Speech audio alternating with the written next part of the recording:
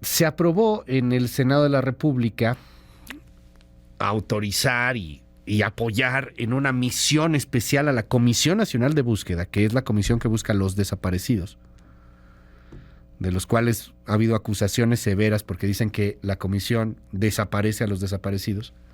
Bueno, pues se aprobó ir a una misión histórica. No necesariamente histórica por su trascendencia, sino histórica porque pues, es parte de la historia, encontrar al general Erasmo Garza, que por cierto es un general al que admira mucho el presidente López Obrador. Entiendo que fue uno de los primeros rebeldes contra el porfiriato, cosas por el estilo. Lo que yo todavía no entiendo muy bien es que van a ir 80 militares, 20 soldados, 60 marinos a Bocas del Toro, Panamá, y además como unos 20 funcionarios entre la Secretaría de Relaciones Exteriores y también la Secretaría de Gobernación a tratar de buscar los restos de este general. Obviamente que eso pues, es muy doloroso y muy indignante para muchos en el país que tiene tantos desaparecidos de ahorita, no de hace 120 años. Pero bueno, pues es lo que es, se ha aprobado esto. Entonces yo tengo esta duda de quién es Erasmo Garza. O sea, perdón, yo no lo conocía hasta hace unos días, pues que empezó a moverse este asunto. No tenía idea de cuál era su papel, su relevancia histórica, pues para que mandemos tanta gente a buscar sus restos, ¿no? Le aprecio mucho a Alfredo Ávila, él es historiador de la Universidad Nacional Autónoma de México, que me tome la comunicación y pues que nos dé un poco de luz en este tema. Querido Alfredo, gracias por la llamada, por la comunicación. ¿Cómo estás? Buen día. Luis, buenos días, ¿cómo estás? Muy bien, con muchas dudas, Alfredo. Pues, ¿quién es este señor, oye?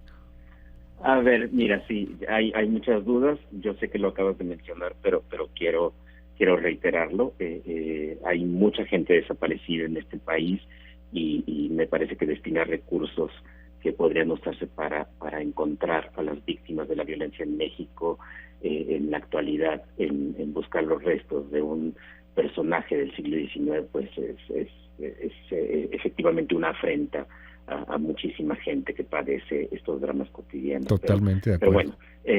bueno, Catarino Garza fue un periodista tamaulipeco que nació hacia los años 60, 1959 o 60, no recuerdo bien, en Tamaulipas, y que pasó buena parte de su vida en Texas, algo que sucedía con mucha frecuencia, dado que pues como hasta la fecha sabemos que aquella frontera es muy porosa, es una frontera en la que hay familias de un lado y del otro, y Catarino Garza pues siguió su carrera de periodista pues fundamentalmente en Estados Unidos, muy cercano a algunos de los militares y políticos que habían participado en México en la guerra de reforma, pero también en la guerra contra la intervención francesa, particularmente con Ignacio Martínez, que además hizo una carrera también como literato, se le conoce como escritor fundamentalmente, y que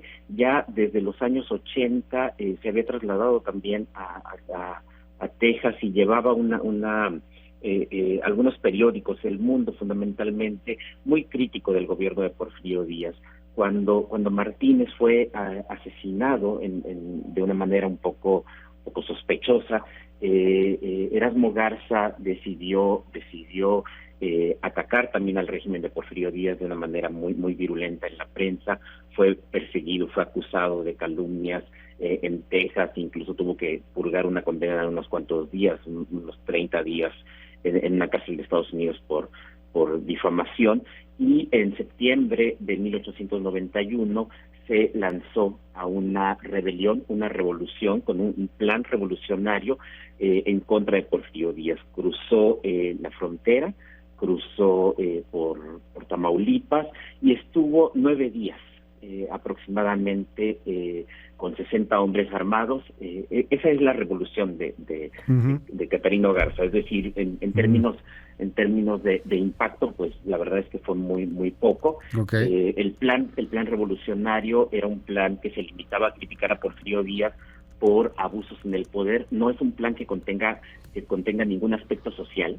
De allí que muchos historiadores consideran que no es un antecedente de la Revolución Mexicana, pero que la Revolución Mexicana, como sabemos, tiene un proyecto social, un proyecto de reivindicación particularmente campesina.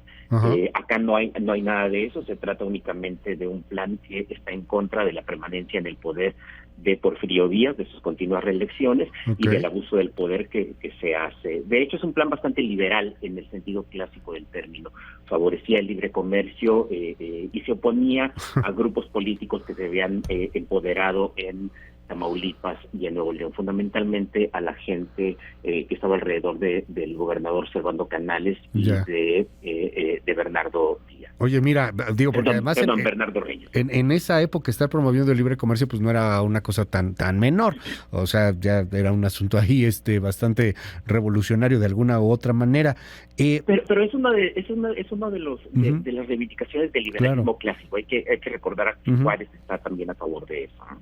Oye, dime algo, o sea, el tipo, bueno, pues tiene esta historia, el mismo presidente en algún momento, hoy López Obrador, que bueno, pues es un gran amante de la historia, tiene un libro que publica hace ya muchos años, en donde se pregunta si este hombre era un revolucionario o un bandido, pero tiene...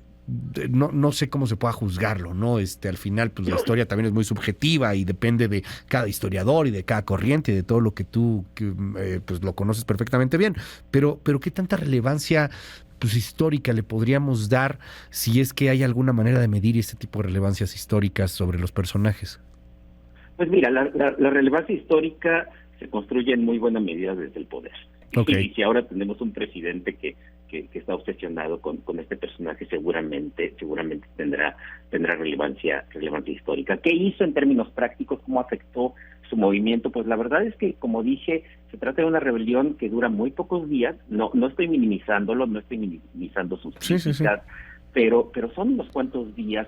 Fueron 60 hombres.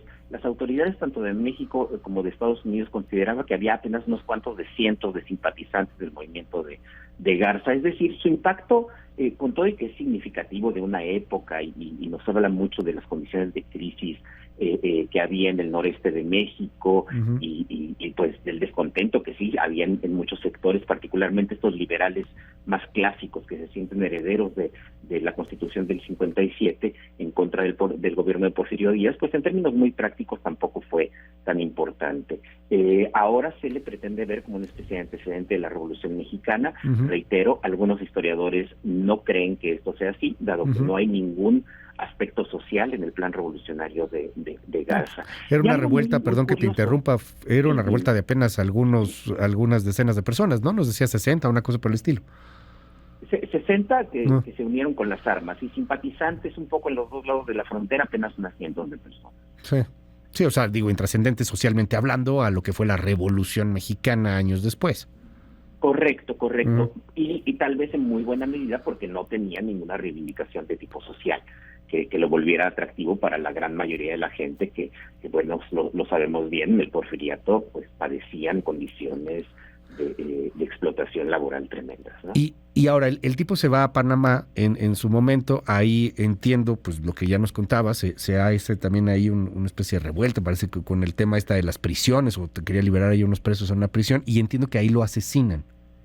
Hay una serie de movimientos en Centroamérica en ese momento, particularmente en Costa Rica, donde se había vinculado él con algunos grupos liberales, incluido José Martí, quien lo habría invitado a ir a Cuba en ese proceso de independencia, pero Garza decide quedarse en Costa Rica, desde donde también se está organizando un movimiento revolucionario en Colombia. Hay que recordar que Panamá formaba parte de Colombia todavía, y es cuando se dirige a Colombia, cuando es derrotado y asesinado.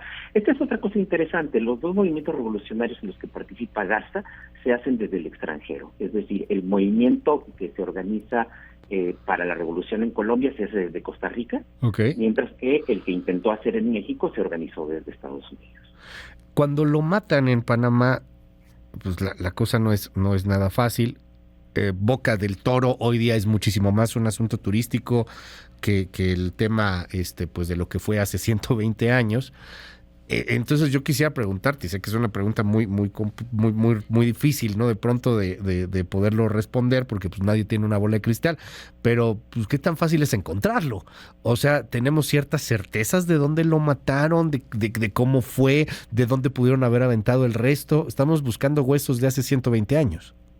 Bueno, la verdad es que hay muy pocas probabilidades de encontrarlo. Primero porque tampoco hay muchos testimonios, tampoco hay muchos documentos.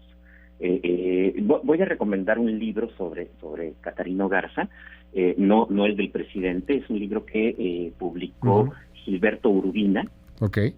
Me parece que es una de las biografías más completas sobre este personaje. La revuelta de Catarino Garza, una revolución que nunca fue, se llama el libro. Y no, en realidad no sabemos exactamente dónde.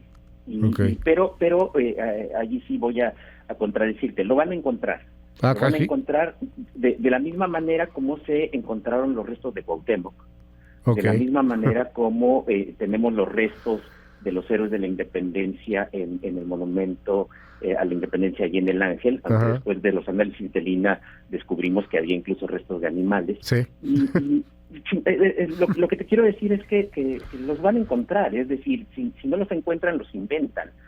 Esto no es algo nuevo, se ha hecho en México desde la época de Miguel Alemán, cuando se descubrieron los restos de los niños héroes, y por supuesto nunca se hizo ninguna prueba genética.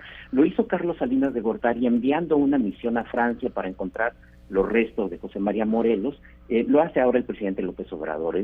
Tampoco me parece tan novedoso lo que está haciendo el presidente, buscando algún personaje favorito de la historia al que él quiere vindicar. Reitero, lo hizo Salinas, y lo han hecho muchos otros, y seguramente terminarán encontrándolos. La gran diferencia aquí es que, a diferencia de lo que sucedía en la época de Miguel Alemán o de Carlos Salinas, en este momento se están destinando recursos que tienen un fin determinado, y ese fin determinado es encontrar restos de personas desaparecidas en México. Es decir, no se está mandando a un historiador como hizo Salinas, que envió a Villalpando y algunas otras personas más a París para buscar los restos de Morelos. Se están enviando militares, a tropas, y se está enviando a un equipo de búsqueda que tiene mucho trabajo aquí para encontrar al personaje que le gusta al presidente. Alfredo Ávila, no sabes el gusto que me va a poderte escuchar, aprender de ti, que nos des luz en estos temas, y si nos das oportunidad estamos al habla. De verdad, muchas gracias, Alfredo. No, muchísimas gracias a ti, y buenos días a todo el auditorio. Muy buenos días. Es Alfredo Ávila, es historiador en la Universidad Nacional Autónoma de México. Pues sí está, ahí pone al final el punto y la luz. Esto ya se ha hecho. Sí, Salinas lo mandó, y en su momento también fue ahí un distractor. También pasó con Miguel Alemán. Y también en su momento los que se supone que eran los restos de los héroes de la patria terminaron mezclados con restos, pues hasta de pollo creo que había ahí, de animales, de perros, porque pues lo importante son los huesos, ¿no? Y hacerle ahí a la historia. Está bueno.